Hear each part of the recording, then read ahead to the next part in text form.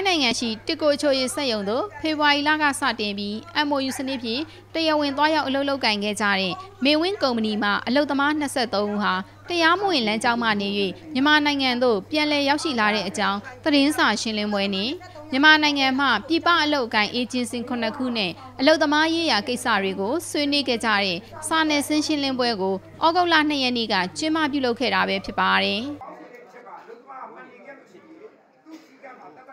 အားလုံးကဒီစာချုပ်မှာပါတဲ့အချက်တွေကိုရှင်းပြပြီးတော့သူတို့ကိုလည်းတေချာမေးတယ်လက်ခံနိုင်မလားကြိုက်ပြီလားစဉ်းစားပါဟုတ်ပြီကြိုက်ပြီဆိုတော့မှလက်မှတ်ရေးထိုးခြင်းကိုဆောင်ရွက်တယ် demand letter ပေါ်မှာပါတဲ့အလုပ်ကိုင်သူရေးထားတယ်ကုမ္ပဏီကိုဟာလာအင်္ဂလိပ်လိုရေးထားပြီးရင်သူကဥမာတစ်တီးချိုရစက်ရုံဖြစ်ကြောင်းကိုရှင်းပြမယ်အဲ့ဒါမျိုးရှင်းပြပြီးတော့ဒီလုပ်ငန်းကိုလက်ခံနိုင်တယ်ဆိုမှသူစာချုပ်ချုပ်ခွင့်ပေးတာရင်ဖြစ်တယ်ဘကူကပွဲသားနေကျွန်တော်ရွာကိုဆင်းပြီးတော့ထိုင်းကိုအလုပ်လုပ်ဖို့လာခေါ်ပါတယ်သူတို့ကခေါ်တဲ့ကြက်သားယုံမှာလူလိုလဲဆိုပြီးတော့သူတို့ကျွန်တော်တို့ခေါ်တယ်ကျွန်တော်ထိုင်းရောက်တော့အဲ့ဒီမှာနနက်သီးယုံကိုကျွန်တော်ပို့တယ်ဒီရန်ကုန်မှာချုပ်တဲ့စာချုပ်မဟုတ်ဘူးရန်ကုန်မှာစာချုပ်ချုပ်တာကျွန်တော်ဗမာစာပါတယ်အင်္ဂလိပ်စာထိုင်းစာ3ရွက်4ရွက်လောက်ရှိတယ်ဟိုမှာကျတော့2ရွက်တည်းပေးတယ်ဖတ်ကြည့်လိုက်တော့အချိုကြီးကျွန်တော်တို့မလုပ်နိုင်ဘူးကျွန်တော်ကြက်သားယုံပဲလုပ်မယ်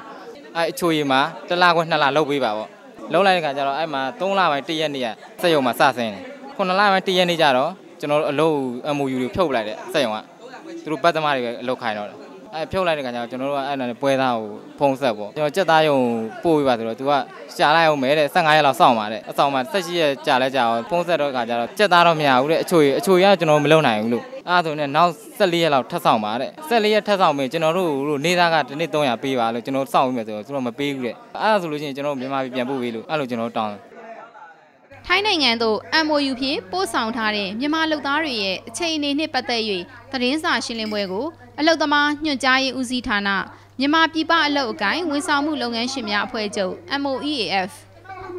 မြန်မာ Association Thailand MAD 8 Alliance Committee AAC နဲ့ပြည်ပအလုပ်အကိုင်အေဂျင်စီများမှတာဝန်ရှိသူများတက်ရောက်ခဲ့ကြပါတယ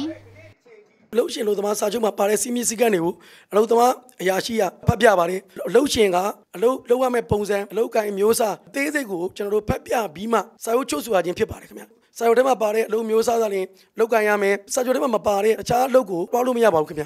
9ရက်နေ့မှာစပြီးတော့ကျွန်တော်တို့ဒီအလုပ်ရှင်နဲ့တကွကျွန်တော်တို့ဒါပူးပေါင်းပြီးတော့ကျွန်တော်အလုပ်သမားတွေတွားရောက်ပြီးတော့ကျွန်တော်တို့ဒီအလုပ်စက်ရုံရဲ့လုပ်ငန်းလိုအပ်ချက်စက်ရုံခဏယာယီပိတ်တဲ့အခါမှာကျွန်တော်တို့လုပ်ငန်းခွဲဖြစ်တဲ့စက်ရုံပိုင်းကိုတွားရောက်ရွှေ့ပြောင်းတဲ့အခါမှာခုနဖြစ်စဉ်ပေါ့အယောက်20ဒါလင်ကြည့်ပြီးတော့လက်ခံရွှေ့ပြောင်းခဲ့ပြီးကျန်တဲ့ဒီ23ယောက်ကသူတို့ရဲ့အမျိုးသားချင်းတော်ဆက်တဲ့ရှိတဲ့စက်ရုံဖြစ်တဲ့ချက်စက်ရုံပေါ့သူတို့တွားကျင်တဲ့အခါမှာကျွန်တော်တို့က A2B ဆိုတဲ့ဝါရပေါ့နော်ဒါကျွန်တော်ကုမ္ပဏီရဲ့အဝါရအခေါ်ပေါ့ဆိုတော့ကျွန်တော်တို့ကဒီကုမ္ပဏီတူကကုမ္ပဏီတစ်ခုဓာတ်ရိုက်ပို့ဆောင်ပြီးတော့နောက်အခြားကုမ္ပဏီကိုပြောင်းဖို့ဆိုတာကမဖြစ်နိုင်ဘူးဆိုတော့စာချုပ်ထဲမှာစီကံချက်တရားအောင်ခွင့်ပြုထားခြင်းမရှိတဲ့အတွက်ကြောင့်ကျွန်တော်တို့ကဒါရွှေ့ပြောင်းလို့မရပါဘူးတိုးတော့ကြောင့်ဒီအလုပ်သမားတွေအနေနဲ့ဒီစက်ရုံရဲ့စီမံနဲ့လက်ခွဲစိတ်မှလည်းတွားရောက်လှုပ်ဆောင်ရမယ်ဆိုတဲ့အကြောင်းကျွန်တော်ရှင်းလင်းခဲ့တယ်အဲ့ဒီကမှာ23ယောက်ကညှင်းဆန်ပြီးတော့စတင်ပြီးတော့သဘောသားစတင်ခွဲလုပ်ခဲ့တာပေါ့ဒီ16ရက်နေ့ပြည့်တဲ့အခါမှာဒီအလုပ်သမားတွေကိုကျွန်တော်ကြိုးစိုးဖို့အတွက်ကျွန်တော်တွားရောက်ခေါ်ဆိုပါတယ်ခေါ်ဆိုတဲ့အခါမှာအလုပ်သမားတွေက AC ဒါလင်တို့ဆက်သွယ်ထားတယ် AC ဒါလင်ယုံကြည်ပါတယ်ပြောပါတယ်9ရက်နေ့ဖြစ်စဉ်ဖြစ်တဲ့ရစပြီးတော့အချိန်နဲ့တပြည့်ညီထိုင်းနိုင်ငံအခြေစိုက်ဘန်ကောက်မြို့မှာရှိတဲ့အလုပ်သမားတန်ရာရှိကိုကြီးမိုးအောင်ခိုင်ဆရာဦးအောင်ကိုတန်း MOEAF မှာတာဝန်ရှိသည့်တာဝန်မှုများအားအချိန်နဲ့တပြည့်ကျွန်တော်စာရွက်စာတမ်းဓာတ်ပုံထောက်ထားများနဲ့တကွကျွန်တော်အားလုံးကိုတင်ပြပေးခဲ့ပါတယ် MOU စနစ်နဲ့ပတ်သက်ပြီးတော့သူတို့တစ်ဖက်ဆောင်နေပေါ့နော်မြင်နေတဲ့အမြင်လေးတွေကိုကျွန်တော်ပြောချင်လို့လာတယ်ဒါပေမဲ့အခုဒီပွဲမှာဆိုရင်ကျွန်တော်တို့ပြောခွင့်ရသိမရဘူးပေါ့နော်တစ်ဖက်သက်ပြောနေတာမျိုးတွေ့ရတယ်တကယ်တမ်းဆိုရင် MOU ကြောင့်ဆိုပြီးတော့ MOU လောက်သားတွေဒုက္ခရောက်တယ်ဆိုတာဒီစနစ်နဲ့မဆိုင်ဘူးလူနဲ့ပဲဆိုင်တယ်ဒါပေမဲ့ကျွန်တော်တို့သုံးဖွင့်ဆိုင်မှာ agency ရဲ့အလုပ်ရှင်ရဲ့အလုပ်သမားရဲ့မှာကိုစီတတ်မှတ်တဲ့လိုက်နာရမယ့်စီကံစီမင်းတွေရှိပါတယ်ဆောင်ရွက်ပေးရမယ့်တာဝန်ဝတ္တရားတွေရှိပါတယ်ဒါတွေကိုဥပဒေနဲ့အညီဆောင်ရွက်မယ်ဆိုရင်ဘာပြဿနာမှမရှိပါဘူးဒီသတင်းကိုမြမရုပ်မြင်သံကြားရန်ကုန်သတင်းဌာနခွဲမှသတင်းပေးပို့တာဖြစ်ပါတယ်